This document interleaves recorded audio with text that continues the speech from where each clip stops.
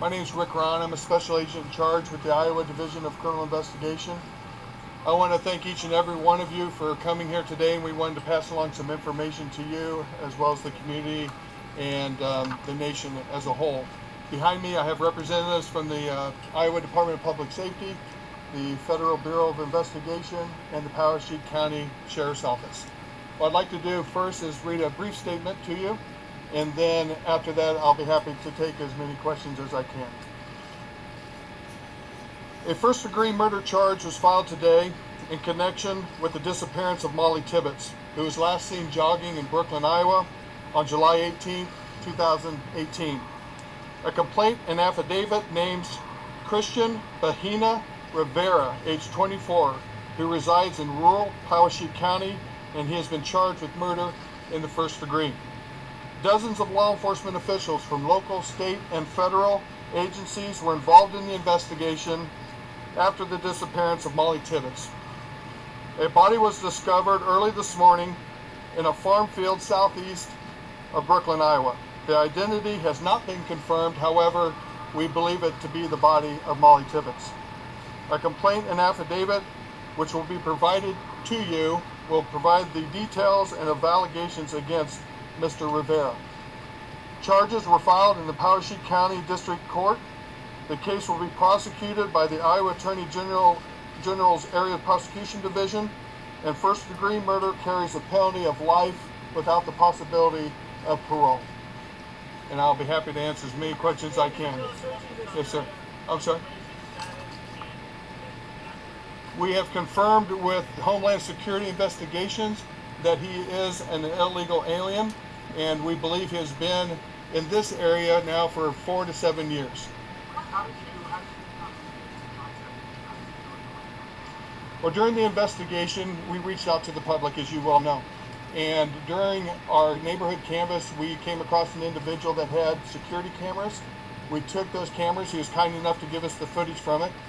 And through that, we were able to identify a vehicle that we believe belonged to Mr. Rivera. It was a black Malibu, and from that, we were able to track his pattern and the routes in which he took.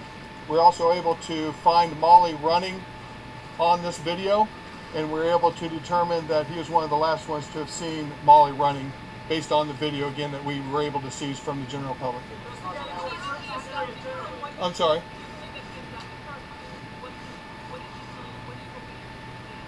Well, again, we were able to pull him in during the investigation. We conducted a lengthy interview with Mr. Rivera, and during that interview, he tells us that he sees Mollie running and was able to come upon her, approach her, and while he was interfacing with her, he actually tells us that he ran alongside of her or behind her. And then at one point, he tells us that Mollie grabbed a hold of her phone and said, "You need to leave me alone, I'm going to call the police." And then she took off running. He in turn chased her down. And then he tells us that at some point in time he blacks out, and then he comes to near an intersection in which we believe he then placed Mollie. I'm sorry? On 385th Street in Brooklyn, outside of Brooklyn actually, in the rural county, just outside of Brooklyn, Iowa.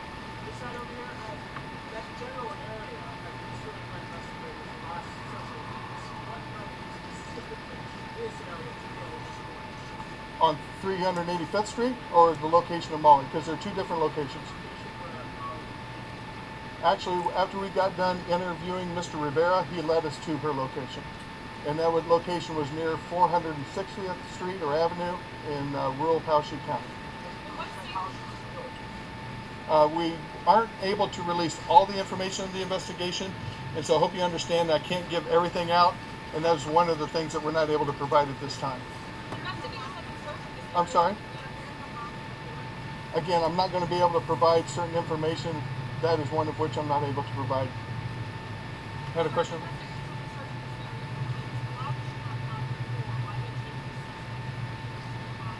Well, I'm sure you've driven around the area, and it's a rural county, and there are a lot of fields, a lot of woods, a lot of ditches. We have certainly had extensive searches throughout the county. We just didn't have success locating her. In this particular case, she was found in a cornfield, and there were corn stalks placed over the top of her, and so we just weren't able to locate her at this particular part of the investigation. Yes?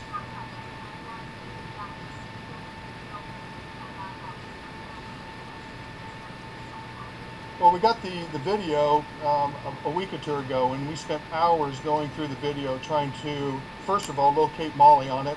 Secondly, see if there's anything suspicious following Mollie, which is what we did. And so we again spent hours going through that. Officers did a great job coming up with the timeline. I mentioned to you last week that we felt very good about our timeline. That just confirmed our timeline that we had. And then again, we were able to determine what vehicle was following Mollie. We identified that vehicle belonging to Mr. Rivera, and then we located him, interviewed him, and subsequently he led us to her location.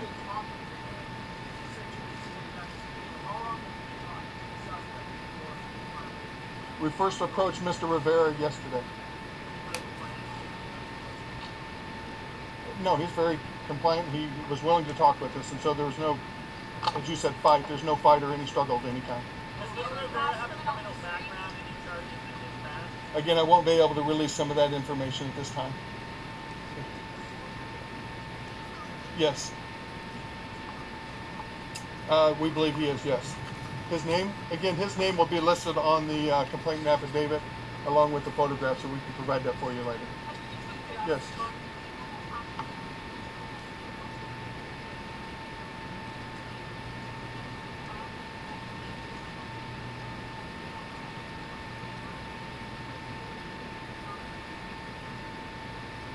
Can't really speak to that at this point. As I mentioned to you before, we're doing some more interviews. We're trying to get as much background on Mr. Rivera as possible, and so I don't have all the answers for you on that, but I know that he was working, and beyond that, I'm not sure what he was doing, coming and going.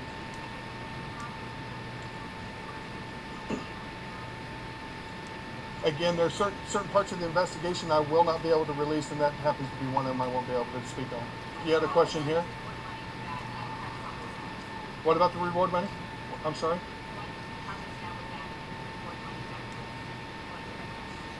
That's not for me to say. I don't play a role in that, so I'm not sure what will happen with the money or the reward. I can tell you that he tells us that he had seen her before, but beyond that, I won't be able to say any more about his interactions with Mrs. Tibbetts.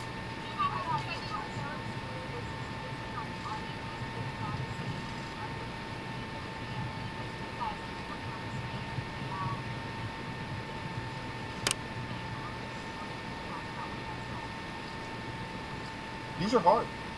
I mean, we get to know the family. We get to know Mollie.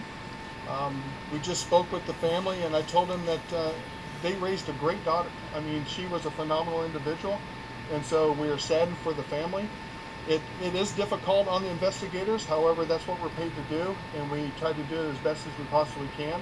We're just happy that we're able to locate him, get him charged, and then hopefully come out with a successful conclusion, that being a conviction. Yes?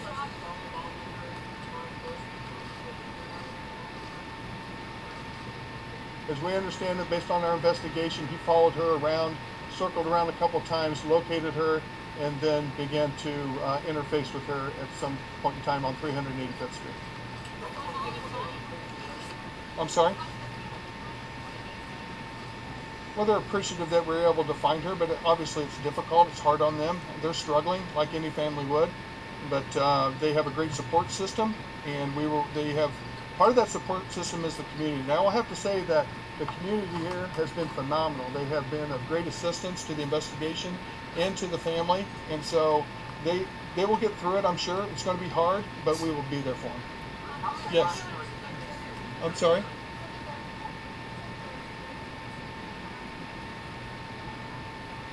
Well, the location where she was found is on 460th, and we believe the running route in which she was running was on 385th Street, yes.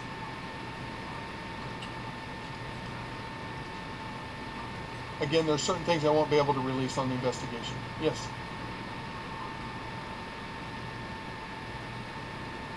Well, we know that she was abducted on the 18th, and beyond that, we wouldn't be able to provide that information.